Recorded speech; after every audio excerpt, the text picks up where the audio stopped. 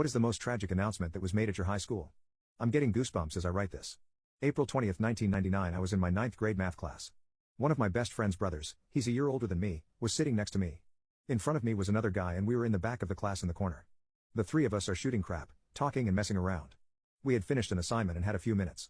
All of a sudden our principal comes over the loudspeaker. Teachers and students. I don't know how to even start to say this. There's been a shooting at Columbine. Everyone in the class went silent. We are on lockout until further notice. No one is to leave the school grounds and students who are off campus will not be allowed back in. Please, turn on the TVs in your rooms for more information. I don't know how many times I can say this out loud. We are safe. Pray for Columbine. We were all in shock. Columbine High School was about 10 miles from our high school. My dad worked at Leewood Elementary, 2 blocks down the street, where the first kids ran. Now, my dad normally worked nights, but he worked that day, and I don't know why. Maybe his boss was a closeted pothead. All I know was my dad was there that day. My dad was my first thought, since they didn't know what was actually going on yet. Is my dad okay? What's going on? My second thought was about my mom. She worked at the Central District office. What in the world was going on there? Then, my thoughts turned to my friends. Names I was lucky to not hear later on the news. I know this sounds like it took minutes to think of all of this, but it was milliseconds. The whole class was in shock when the TV was on.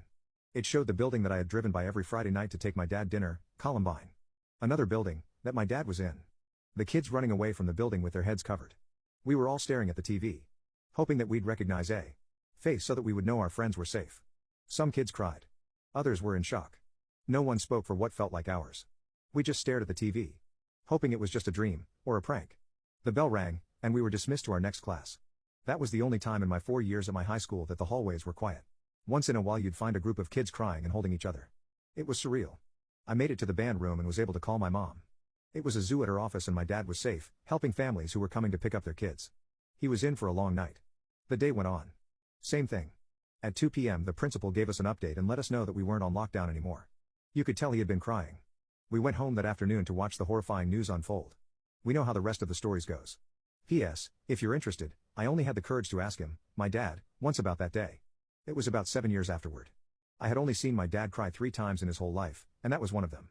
He said that parents swarmed the school, searching for their children as the kids were brought to the school, I think by bus.